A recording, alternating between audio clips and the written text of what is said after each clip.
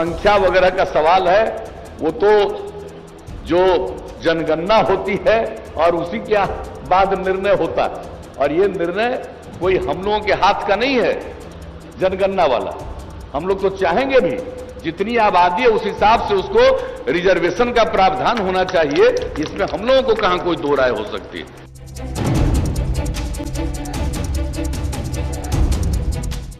नमस्कार। बिहार में चुनाव है और चुनावी माहौल में कैसे आप लोग सरल, ठेठ और भोजपुरिया भाषा में खबरों को समझे, खबरों के मायने समझे और सियासत में चल रही उठा पटक को समझे, इसी कोशिश में लगातार मेरा ये प्रोग्राम आप तक पहुंच रहा है और आप लोग उसे खूब प्यार भी दे रहे हैं। प्रोग्राम का नाम है बिहार की बात, रवि बिहारी के साथ। तो आज क्या है, आज के प्रोग्राम में खास क्या है बताइए, आप लोग मुझे बताना है। चलिए मैं आपको बता देता हूं। दरअसल बिहार के एनडीए में दरार की आहट, सुगबुगाहट चल पड़ी है। कैसे शुरू हुआ ये सब कुछ और आखिर हम ये क्यों कह रहे हैं, इसकी वजह जानने के लिए 2 दिन पहले फ्लैशबैक में चलना होगा। नीतीश कुमार का भाषण था, वाल्मीकि नगर विधानसभा थी और संबोधित कर रहे थे थारू जाति को। थारू जाति को लेकर आरक्षण का दाव और दाव के बीच लगातार होती सियासत कहीं ना कहीं आप दरार की ओर बढ़ चली है, क्योंकि जहां नीतीश कुमार अपनी सभा में ये कह गए कि हम तो आबादी के हिसाब से आरक्षण के पक्षधर हैं, लेकिन हम क्या करें, जनसंख्या हमें रोक देती है, लेकिन कोशिश करेंगे कि जाति के जिसकी जितनी आबादी होगी, जिस जाति की जितनी आबादी उसका उतना ही आरक्षण। ये बात सीएम नीतीश ने तब कही जब बिहार में पहले चरण का चुनाव खत्म हो गया और 55% यानी औसत से भी कम वोट पड़े।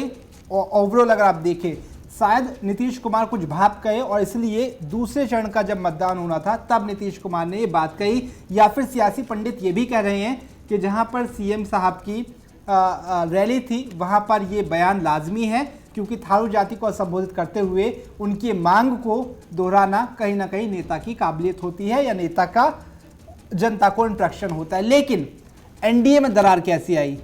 सीएम नीतीश कुमार जो एनडीए का हिस्सा है, एनडीए के चेहरे पर मुख्यमंत्री, एनडीए के गठबंधन के मुख्यमंत्री हैं, वो बिहार के मुख्यमंत्री मौजूदा भी है और भावी भी है, जिस तरीके से लगातार दावेदारी हो रही है। लेकिन दरार तब आई जब एक तरफ नीतीश कुमार कहने लगे कि हम तो आबादी के हिसाब से आरक्षण के पक्षधर हैं, लेकिन दूसरे ही दिन केंद्रीय मंत्री रविशंकर प्रसाद, जो कि बीजेपी का बड़ा चेहरा है, कद्दावर नेता है, उन्होंने अगले दिन आकर ये कह दिया कि नहीं, हम अभी किसी भी तरीके के आरक्षण में, के नियम में, के संवैधानिक मूलभूत में कोई छेड़छाड़ नहीं करने वाले। मतलब साफ है कि ये बयान जहां सीएम नीतीश ने पिछड़ी जाति को आकर्षित करने के लिए दिया, तो वहीं केंद्रीय मंत्री को लग गया कि इससे अगड़ों की जाति प्रभावित होगी और यही वजह है कि रविशंकर प्रसाद को आकर बयान देना पड़ा।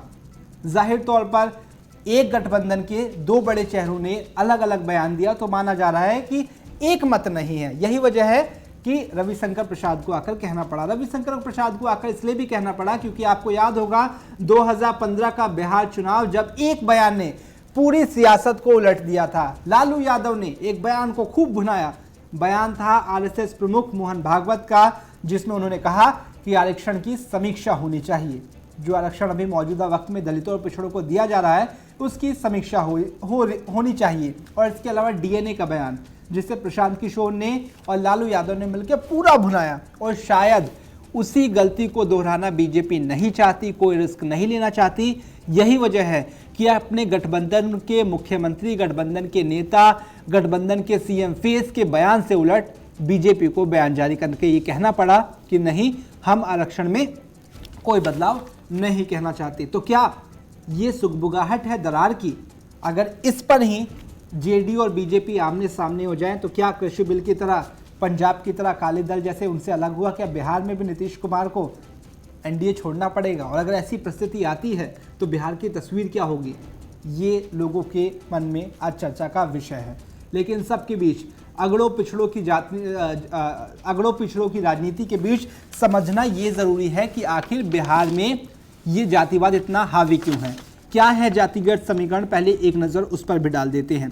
अगर हम ओबीसी और ईबीसी की बात करें तो बिहार में 52% जाति ओबीसी और ईबीसी से ताल्लुक़ रखती है। मतलब साफ है कि जिसकी राजनीति पर जिसकी पकड़ ओबीसी और ईबीसी पे होगी और अगर ये वोट कन्वर्ट हो जाता है तो उसकी सत्ता बन जानी है। 52% काफ़ी वोट बैंक होता है प्रतिशत के हिसाब से। अगर आप दलित और दलित की अगर हम राजनीति की बात करें, प्रतिशत में बात करें, तो 15% बिहार में दलित और महादलित है।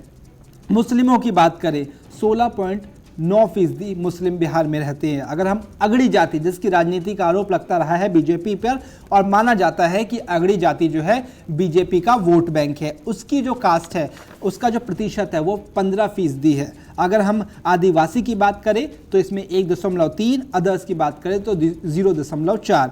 यानी अगर कुल मिलाकर देखें हिंदुओं की आबादी तो तकरीबन 82.7% होती है, मुस्लिमों की तकरीबन 16.4 होती है और अदर में आप देखें तो 0.4 है।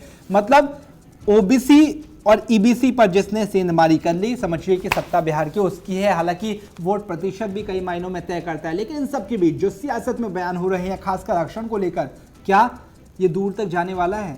क्योंकि जिस तरीके से नीतीश कुमार के बयान के अगले दिन ही रविशंकर प्रसाद का बयान अपने आप में बहुत कुछ कहता है। जिस तरीके से उपेंद्र कुशवाहा ने बयान दिया उसके भी मायने अब निकाले जा रहे हैं। जाहिर तौर पर आरक्षण वाला जो दाव नीतीश कुमार ने खेला है वो अब एक तरीके से बाउंस बैक होता नजर आ रहा है, क्योंकि किसी गठबंधन में एक बयान के 2 फाड़ हो जाए तो अपने आप में चिंता का विषय तो है ही, और खासकर नीतीश कुमार के लिए जो मुख्यमंत्री चेहरा बनकर चुनावी मैदान में है और उन्हें 2 युवा टक्कर दे रहे हैं, जिसमें चिराग पासवान, तेजस्वी यादव। लेकिन सबके बीच जिस तरीके से आरक्षण पर बहस छिड़ी हुई है, आप क्या सोचते हैं?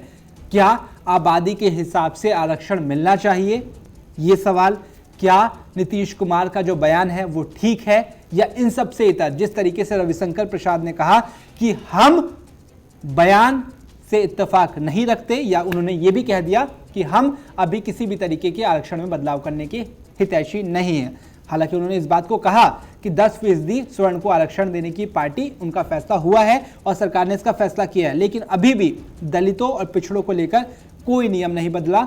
मतलब जो चीजें चल रही है वैसे ही चलेगी, चाहे नीतीश कुमार कुछ भी कहे। आप क्या सोचते हैं कमेंट कीजिए। हमला की बताई हम लोग इनके ए पर जो अपडेट आई वो बताएं, कहे से कि बयान छोट नहीं खे, ये बयान आगे चल के सियासत के बड़ा चोट करी। फिलहाल दी इजाजत, हम रहनी रवि श्रीवास्तव और आप लोग देख रहे थे बिहार की सियासत की बात रवि बिहारी के साथ। धन्यवाद। संख्या वगैरह का सवाल है, वो तो जो जनगणना होती है और उसी के बाद निर्णय होता है, और ये निर्णय कोई हम लोगों के हाथ का नहीं है जनगणना वाला। हम लोग तो चाहेंगे भी जितनी आबादी है उस हिसाब से उसको रिजर्वेशन का प्रावधान होना चाहिए, इसमें हम लोगों को कहां कोई दो राय हो सकती है।